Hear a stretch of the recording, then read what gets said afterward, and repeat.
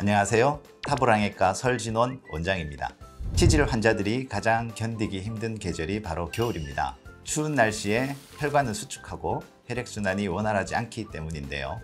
오늘은 주변에서 많이들 걸리지만 병원 가기를 꺼리시는 질환인 동시에 삶의 질을 크게 떨어뜨릴 수 있는 질환인 치질에 대해서 알아보도록 하겠습니다. 정답은 X입니다. 엄밀히 얘기하면 치질은 항문 질환을 통칭하는 말인데요. 물론 치액이 아닌 치질 질환도 있지만 치질 중 치액의 비중이 압도적으로 높습니다. 보통 치질에 걸렸다고 하면 치액인 경우가 많아서 두 단어를 동의어처럼 사용하고 있습니다. 치액은 크게 외치액, 내치액, 혼합치액으로 분류할 수 있습니다. 외치액은 바깥쪽에만 있는 치액이고 내치액은 안쪽에만 있는 치액이고 혼합치액은 외치액과 내치액이 한 덩어리로 있는 경우입니다. 내치액은 1기부터 4기까지 분류할 수 있는데요. 1기는 보통 출혈은 있지만 항문이 돌출되지 않은 상태로 대부분이 통증은 없고 배변 시 피가 나는 경우입니다. 2기는 배변 시에만 항문 조직이 돌출되는 상태로 배변 시 항문이 밖으로 나왔다가 다시 들어가는 증상을 보입니다. 3기는 항문 조직이 튀어나와서 손으로 밀어 넣어야 들어가는 상태입니다. 마지막으로 4기에는 손으로 집어넣어도 치액이 안으로 들어가지 않는 상태를 말합니다. 정답은 O입니다. 요즘 변기에 앉아 오랫동안 힘을 주는 습관을 지닌 분들이 많은데요. 그렇게 되면 피가 항문으로 몰려 혈관이 늘어나게 되고 자주 반복되면 늘어난 혈관이 터지거나 원상태로 회복되지 않아 치액이 밖으로 밀려 나오게 됩니다. 따라서 대변이 조금만 마려워도 바로 화장실을 가도록 습관화해서 자연스럽게 대변을 볼 수 있도록 하는 것이 중요합니다. 휴대폰 게임도 문제라고.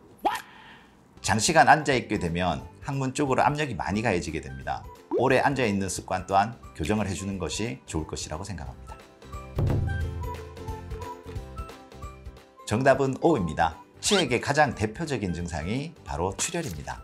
배변 후 휴지에 묻어 나오는 정도일 수도 있고 심한 경우 뿜어져 나오기도 하는데요. 때로는 출혈이 눈에 보이지 않을 정도로 미세하게 지속해서 발생하기도 합니다. 출혈 증상만으로 치액을 진단하기엔 무리가 있습니다. 외치액이나 혼합치액, 심한 내치액의 경우에는 치액 조직이 밖으로 나와 있는 것을 눈으로 확인할 수 있지만 바깥쪽에서 보이지 않더라도 환자의 증상을 확인하는 문진, 항문에 손가락을 넣어서 치액 조직을 확인하는 직장 수지 검사 등을 통해 진단할 수도 있고 그 밖에 대장 내시경이나 항문경 검사, 항문 초음파 등을 통한 진단도 가능합니다. 정답은 X입니다. 치액과 치열의 경우는 약물 치료를 우선으로 하며 초기 치액 치료는 배변 습관 개선이나 과음을 피하고 좌욕하는 등의 생활 습관으로 어느 정도 개선을 할 수는 있습니다. 네, 맞습니다. 식습관이 서구화되면서 젊은 연령층에서도 환자들이 상당히 많이 늘어났습니다. 초등학교 5학년이 저한테 수술을 받은 적이 있습니다. 보통 어린 시절에 치액은 성장을 하면서 배변 습관을 교정을 해주면 성장과 반대로 치액은 작아지는 것처럼 보이기 때문에 보통은 경과를 관찰을 하는데 그 경우는 너무 심하게 탈출되어서 사도치액이 되어서 어쩔 수 없이 수술적 치료를 할 수밖에 없었던 경우입니다. 답은 O일 수도 있고 X일 수도 있습니다. 치액 수술 후 통증은 주로 배변 시 통증인데요. 일반적으로 진통제로 충분히 조절이 가능한 정도입니다. 개개인마다 이 통증에 대한 예민도가 다 다르기 때문에 똑같은 통증을 주더라도 덜 아프게 느끼시는 분이 있고 예민하신 분들은 아주 많이 아프게 느끼시는 분들이 있어서 사람들마다 좀 차이는 나겠지만 빨리 직장에 복귀하셔야 하는 경우라면 진통제를 처음부터 강하게 쓸 수도 있겠습니다. 예상하시는 것보다는 통증이 덜하다고 생각하시면 되겠습니다. 정답은 O일 수도 있고 X일 수도 있습니다. 치액 수술은 늘어진 혈관 조직을 정상 조직만큼만 남기고 절제한 후 봉합하는 수술입니다. 항문 혈관 조직은 다 없어지는 게 아니라 정상 조직만큼 남게 되기 때문에 치액 수술 후에도 잘못된 배변, 생활 습관을 계속 유지하고 항문 관리를 제대로 하지 않는다면 남아있는 정상 크기의 혈관 조직이 다시 커지면서 치액이 다시 발생할 수도 있지만 수술 부위가 고정되기 때문에 일반적으로 치액이 재발할 우려는 크지 않습니다. 다시 치액이 재발을 해서 오시는 분들의 습관을 물어보면 배변 관리를 잘 하지 못하셨던 분들이 대부분입니다. 비데는 수술 후에 바로 사용하는 것은 권하지 않습니다. 비데의 물살 때문에 통증이 더 생길 수도 있고 수술 후에는 좌욕이 훨씬 더 좋고요. 상처가 다 회복되고 나중에 항문을 관리하는데 비데를 사용하시는 것은 추천을 해드립니다.